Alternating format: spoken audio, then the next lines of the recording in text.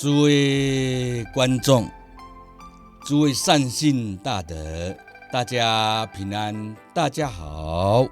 今日所推出的净土法语是为：彻悟禅师曰：念佛时即见佛时，一即成佛时；求生时即往生时，一即度生时。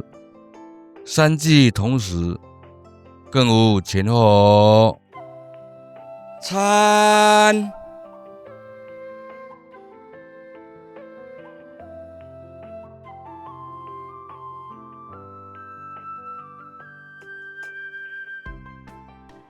天悟禅师曰：念佛时即见佛时，也即成佛时；求生时即是往生时，亦即度生时。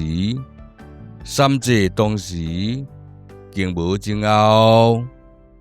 参